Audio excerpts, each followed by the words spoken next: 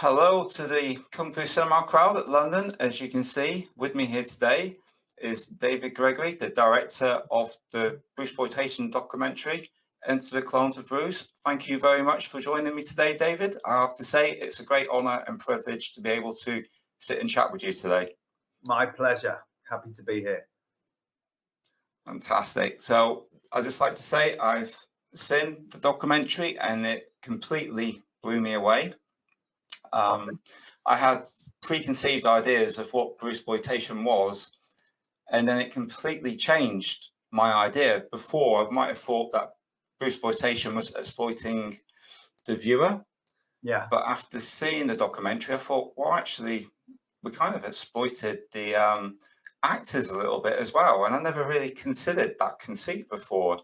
And I just wondered if you could give your view on it and what may have driven you to, come up with this documentary in the first instance.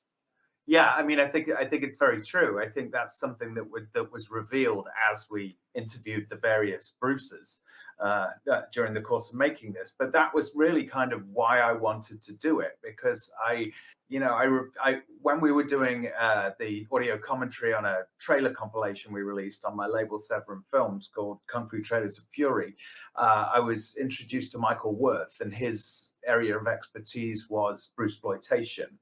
And it took me back to when I first saw Enter the Dragon when I was around 11 years old and was blown away by it, and went to the video shop the next day and, well, the next week, whenever it was, and wanted to see more martial arts films. I'd seen the martial arts section at the video shop, but never really ventured into it, and wanted to see more Bruce Lee films. And lo and behold, there were loads of them.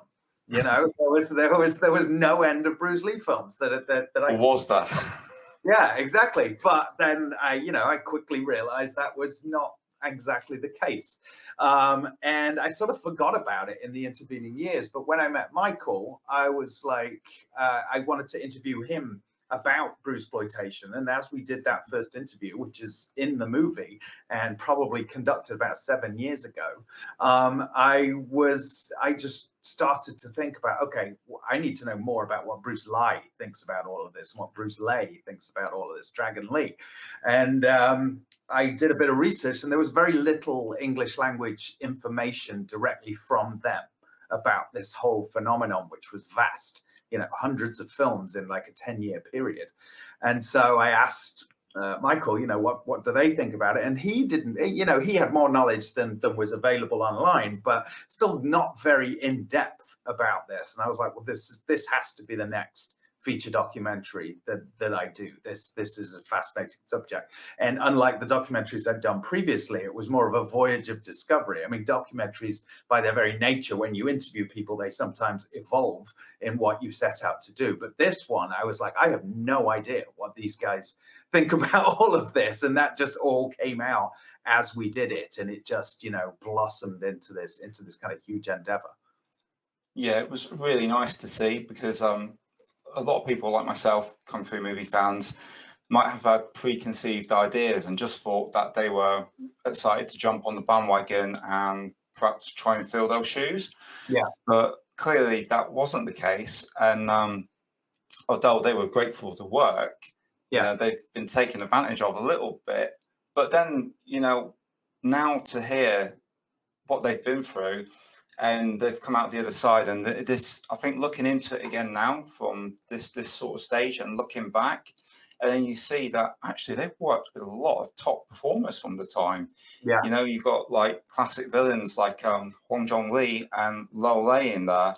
Mm-hmm. And listening to everybody else that you interviewed, I think the selection of actors and interviewees that you got for this documentary was absolutely phenomenal. I mean, to get all those people and to combine it the way you did, that must have been an absolute chore. I mean, how long was it in total to put the whole thing? Yeah, so it was about 7 years in total to actually go. I mean, after we did that first Michael Worth interview, and I decided this was something that I wanted to do as a feature, we wrote Frank Jeng into the project, who was also on that initial audio commentary we did, because he had the contacts in Hong Kong to actually start to try and find the people that we wanted. We had a long wish list of people that we wanted to interview.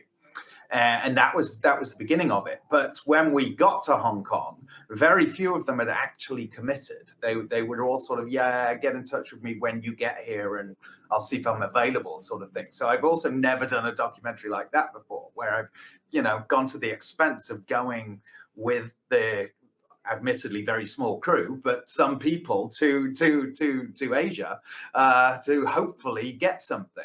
And so that actually is how we started getting some of the sort of Shaw Brothers people and Mars and Philip Coe and people like that. We actually got them to commit way before we got you know, Bruce Lay or Dragon Lee. So yeah, we were talking about the phenomenon, but not from the Bruces themselves in the first few days. And then everything started to fall into place. But when I got back, there's several reasons why it took that long. One of them was because we didn't have Bruce Lay. Bruce Lay was the holdout. And we had the other two, well, three if you include Bruce Liang, Bruce Leung. But Bruce Lay was the most prolific of them, and he's the one who was still active in the film industry in China. And so I really, really wanted him. You know, I really needed his input, and he just kept. He never said no. He just kept on saying, "Now's not the right time," or "Call me back in 6 months," or you know, this kind of thing. And so it just kept on going on like that. The other thing was that that it was all in languages that I don't speak. So the editing process was very, very slowed down by that. I mean, the first edit was done by a Hong Kong editor who spoke Cantonese and Mandarin. And so she put together the first kind of long 3-hour cut of the film. And then we kind of started working from there with the final editor of the film, Douglas Buck. But the other thing is that there's lots of little stories within the big story, as opposed to a normal kind of timeline of a story of a documentary. You know, you've got the stories of these individuals within that. You've got the kind of Bruce Lee story in the history of martial arts that we have to compress into the 10-minute first sequence, because you'd be surprised how few people know details about Bruce Lee's life. They know who he is. They know that he's dead. They know that he made these great martial arts films, but that's about it, you know, to the average person. So, you know, there was a lot of things like that just made it take a long time. But the good thing was we actually almost finished the film and got it accepted to Tribeca to premiere. We still didn't have Bruce Lay in there. And we showed him a section which was about him, people talking about him. And that was when he was like, okay, this is pretty good. I'll do it. Because we told him it was his last chance. So off we went back to Hong Kong and interviewed him and got a great interview out of him. And amazingly, we were able to kind of cut it into the film without it looking like an addition. Well, at least I hope that's across, because we knew exactly what we needed to get from him at that point. Yeah, when I've seen him with another interview online with yourself, and I was amazed at just how energized he seems. So I guess when he saw what you were doing and the quality of what you're doing, and that drew him in. And I'm so glad it did, because to have the whole ensemble there as you did, and then the funny thing is that he ended up being the most positive about the project. He's the one who came over to the US and promoted it with us recently and went to various screenings in San Francisco, New York, Los Angeles, and Austin, Texas.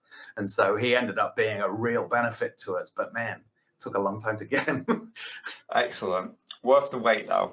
Shall I have a few questions here, which I've taken from various social media.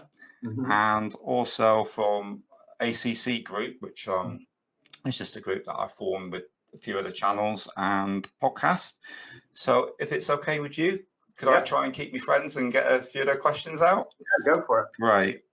So we have one from Instagram from CoinUp TV, and he would like to ask you, What three things does a Bruce Lee clone need to be able to master? Well, one, they need to be pretty good at kung fu, right? Yeah.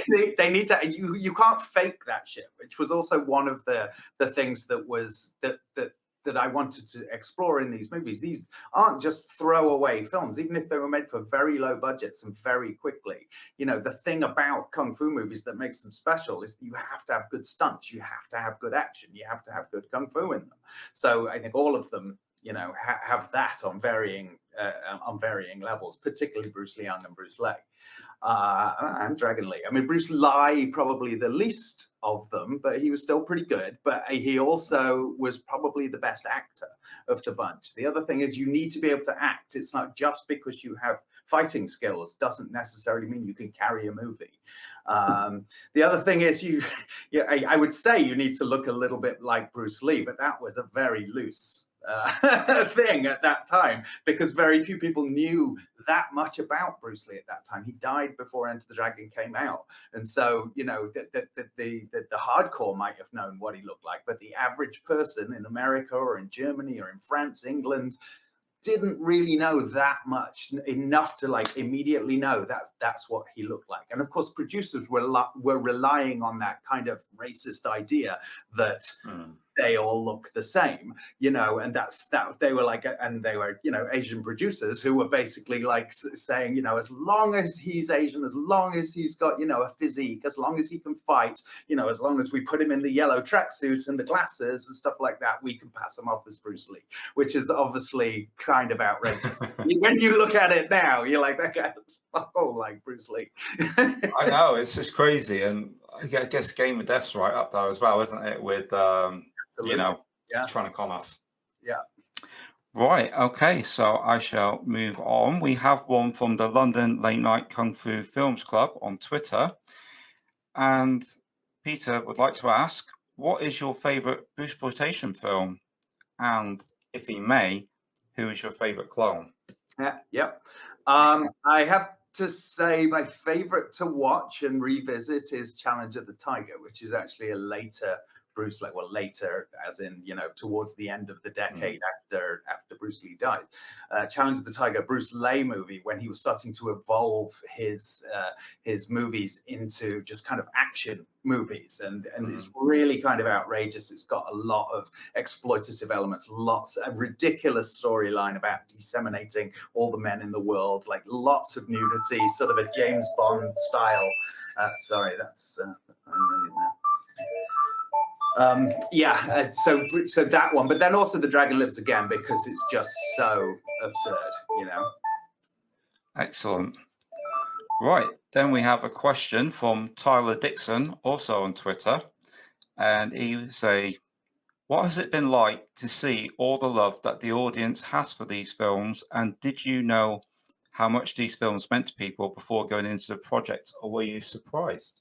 I was very surprised because, you know, this, like I said, this was not unlike other documentaries I've made, which are sort of horror related.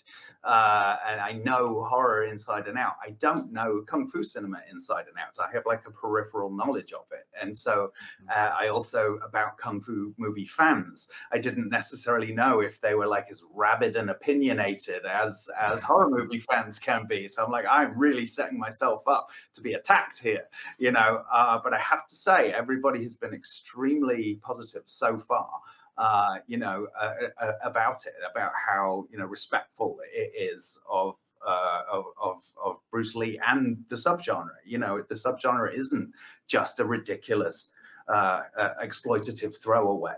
There's a lot more to it than that. There's a lot of, yes, of course, it's like massively exploitative, but on certain levels, but on others, it's got some of the more interesting exploitation film elements of the 70s. I guess that's a huge part of the appeal today, because people are more interested in the sort of fun, exploitative side of cinema and digging down deep to see what they might have missed. Yeah. Yeah, I certainly. I want to see. I also wanted to make something that was for the average person who doesn't necessarily watch these films. So it's tough to cover both angles with the aficionados and who know a lot about the subject already, and those people who know nothing about it. And there's way more of these people. So sometimes the other people get kind of ticked off by that, but so far so good. And hopefully it stays that way. I think you've hit a perfect balance. I really do. I think people will watch this documentary that aren't fans, and then it's going to ignite an interest. And I could see people gravitating towards looking for those films right off the back of your documentary. I think it's that good. I hope so. Thank you. I have a friend at work, and he asked me this question. I thought it was a bit of a crazy one, but I hope you don't mind. It says, do you think there could ever be an option to create a new Bruceploitation movie?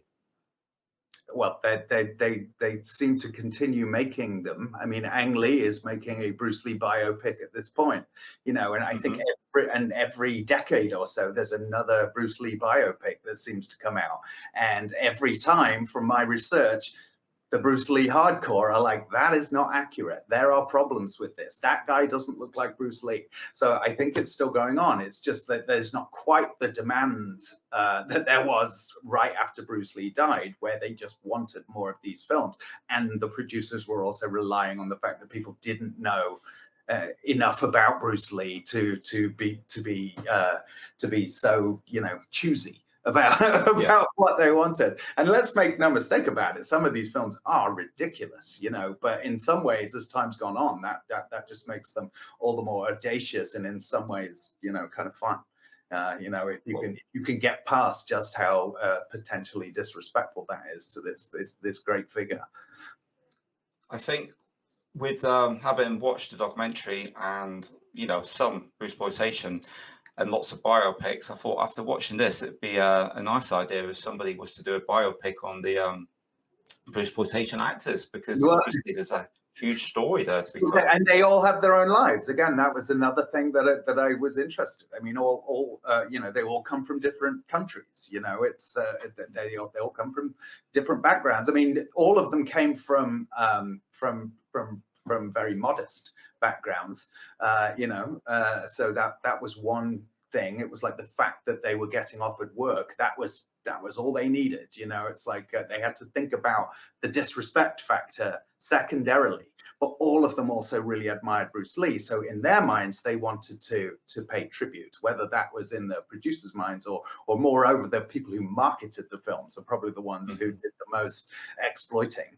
That was kind of key. Okay, so I'll move on quickly. We have one from the Fanatical Dragon here, and he says, where was the most challenging location to film? And was there any interviewees that you wanted to include but couldn't get access to? Challenging locations to film. Not really. I mean, I think all the locations were fine. I mean, we had to travel very far to go to Bruce Lee. We went flew into Taipei, and then we had to take a taxi all the way across the country to get to the south of Taiwan to meet him in a park. And it was we were very unsure how it was going to go down when we got there, because he was just like, yeah, I'm always in this park teaching Kung Fu at this hour of the day. Just show up and I'll do the interview there, which is, again, not really an ideal way to travel to a country and then across an entire country in the hopes that maybe it'll work out. But it did. Oh, and the taxi driver also, like, as soon as we got into the car, he pulled over at the gas station, threw up in a bin, and then got back in the car and started driving. And we're like, okay, let's travel the country with this guy. But we had no choice. So crazy. Crazy times. I love it. And what was the second part of that question? Oh, was there any interviewees that you wanted to include? Sure. Yeah, no, I mean, the obvious ones are like Bolo Young. He turned us down. Jackie Chan turned us down. Who else? Somebody from the Lee family would have been nice to get. We approached them, but they didn't respond at all, unfortunately. But I think Andre Morgan kind of covers the official family / other side of things, so it's not like it's not in there, but it would have been nice to get, you know, Shannon. So you know, there was a few people we were unable to get. Yeah. Okay, great. Right, we also have from Martial Art Theatre 3000 that he loved the footage of the behind the scenes at the Shaw Brothers studios. And would you ever consider making a dedicated documentary about Shaw Brothers? I think there's already been a couple of dedicated documentaries about Shaw Brothers. I mean, one thing about this subject, as I said before, is that it wasn't really covered in any kind of detail. Mm-hmm. It was always kind of fobbed off as just this, you know, this lower than low section of martial arts cinema. So I haven't really considered doing more with Shaw Brothers, but that's footage at the beginning of the Shaw Brothers studio. If you're talking about the archive footage, the black and white stuff actually came from a French archive, and it was shot while they were shooting Legend of the Seven Golden Vampires, the Hammer Shaw Brothers co-production. Which was fascinating to me because I'm a big Hammer fan and I like that movie. Yeah, I love Hammer. David Chang, of course, was in there, and we'd got Legend. Seven Golden Vampires.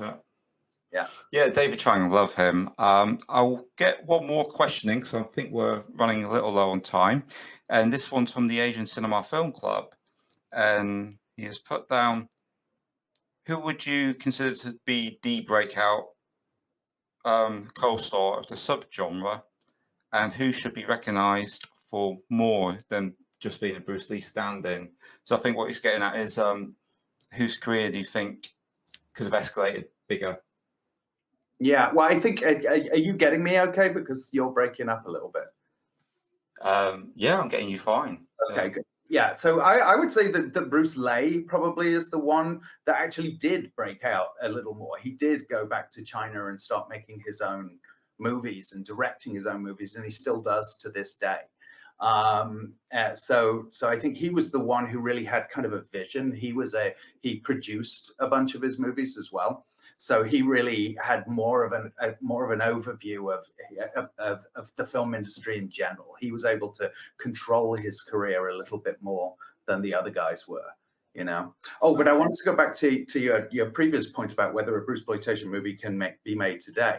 I mean, that's one of the things that Michael Wirth has just been really kind of buzzing on recently, is the possibility of actually getting these guys to do like an Expendables type situation where they actually all get back together. And Bruce Lee would definitely be the one to be kind of the leader of that, because he's still so fit, he's still motivated, and he still makes movies. That would be fantastic. Well, I would just like to say thank you to Kung Fu Cinema for making this interview possible and for allowing me the option to chat with you today, David. And just before we go, I wondered if you would like to give any words to the crowd at Kung Fu Cinema in London just before they get to watch your fabulous documentary. Well, I just appreciate anyone there who's shown up to watch the film. I really hope you enjoy it.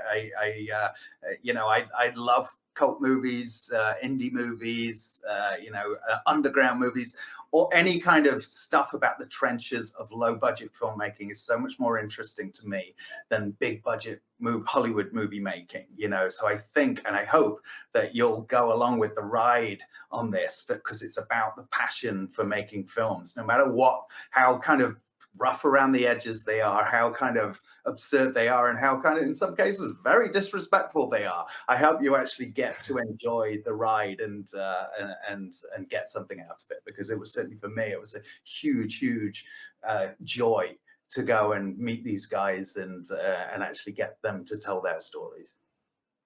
Okay, so thank you very much, and a big thank you to Marlon Palmer, who made this all possible. And thank you very much for being with me today, and hopefully I'll get a chance to speak to you again sometime in the future, David, and good luck with all your future projects. Thank you very much.